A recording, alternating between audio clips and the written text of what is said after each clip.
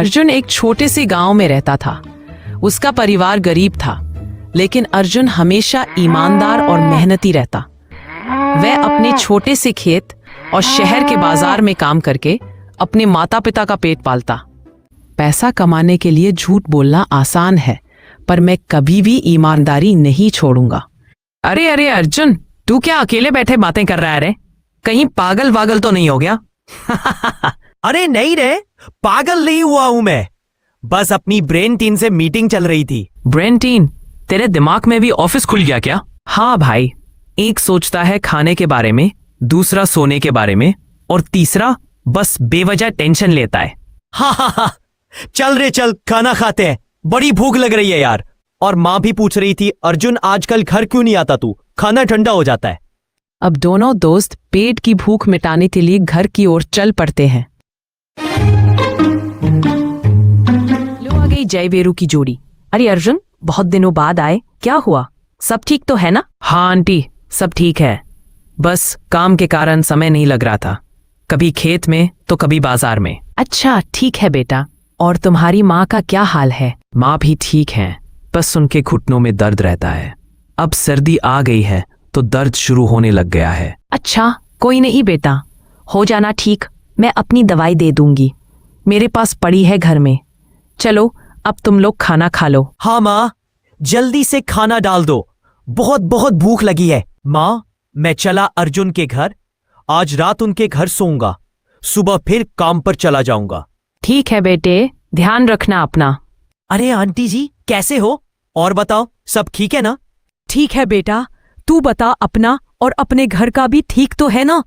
हाँ आंटी जी, सब बढ़िया है, सब मजे में है। माँ, इसकी मम्मा ने दवाई दी थी दर्द के लिए, उसे फर्क आ जाना आपको।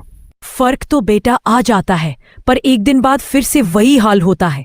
वो दवाई जंगल में मिलेगी जो पहले खाती थी, मैं उसे खाने से दर्द कभी नहीं होता था।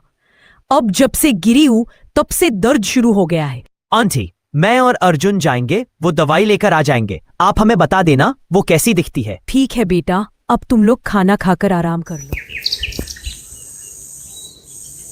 दोनों दोस्त चल पड़ते हैं जंगल की ओर और सोचते हैं आज जंगल को भी देख आते हैं और साथ ही दवाई लेकर ही आएंगे। गांव में बहुत लोगों को जरूरत है इस दवाई की। जैसे ही दोनों दोस्त आगे बढ़े, उन्हें अचानक किसी की आवाज सुनाई दी। बचाओ, कोई है क्या वहाँ? मेरी मदद करो, कोई तो सुनो, मैं मुसीबत में हूँ, कोई तो आओ, मुझे बचा लो। दोनों दोस्त डर गए, लेकिन उन्होंने हिम्मत करके आवाज की ओर बढ़ना शुरू किया। आगे जाकर देखा कि वहाँ एक तोता था, बहुत ही सुंदर, प्यारा और बोलने वाला। अर्जुन और उसका दोस्त दोनों हैरान रह गए।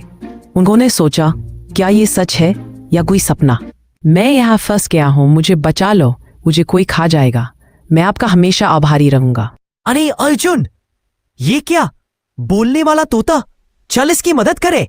हाँ चल भाई, करते हैं इसकी मदद, देखते हैं आखिर ये सच में तोता ही है या कुछ और।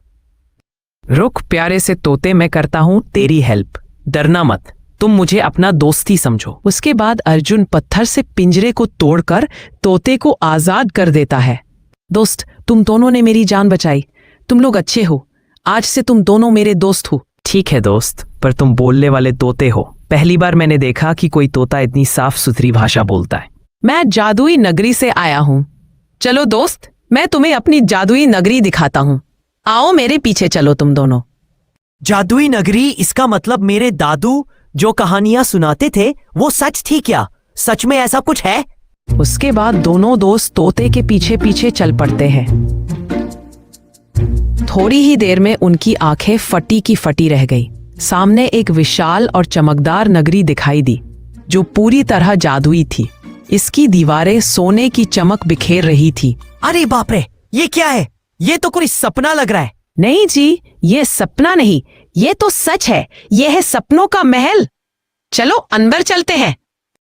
ये महल अब से तुम्हारा हुआ, तुम जब चाहो आ सकते हो, जब चाहो जा सकते हो, बस आंखें बंद करके मुझे याद करना, मैं वही तुम्हारे पास आ जाऊंगा। अंदर जो खाना है खा लो, जो ले जाना है ले जाओ, पर याद रखना, लालच मत करना, वरना जो कुछ भी है वो हमेशा हमेशा के लिए खत्म हो जाएगा।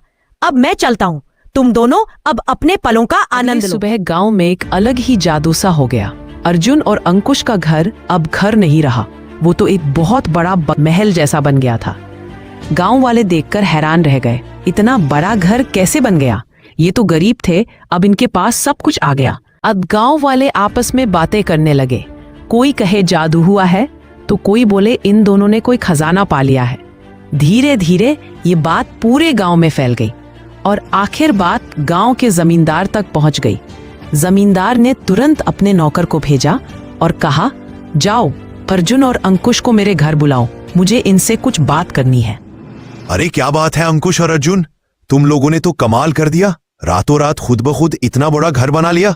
ये सब कैसे हुआ, मुझे भी बताओ। फिर दोनों सारी बातें जमींदार को बता देते हैं और जमींदार भी बोलता है, मुझे भी ले चलो, मैं भी तो देखूं उस सपने की नगरी को। उसके बाद जमींदार के 2 नौकर और अंकुश अर्जुन सपने की नगरी में पहुंच जाते हैं। जमींदार के दिल में लालच का बीज जम गया। उसने अर्जुन और अंकुश को पकड़ लिया और बंदी बना लिया। जैसे ही अर्जुन तोते को याद करता है, उसकी हिम्मत वापस जाग जाती है। अर्जुन और अंकुश अपने घर लौट आते हैं। उसके बाद जमींदार और उसके 2 नौकर कभी वापस नहीं आए। अर्जुन अपने पूरे गांव वालों को सारी कहानी बताता है कि सपने की नगरी में क्या हुआ, कैसे जमींदार ने उन्हें पकड़ने की कोशिश की और कैसे वे अपने घर सुरक्षित लौट आए।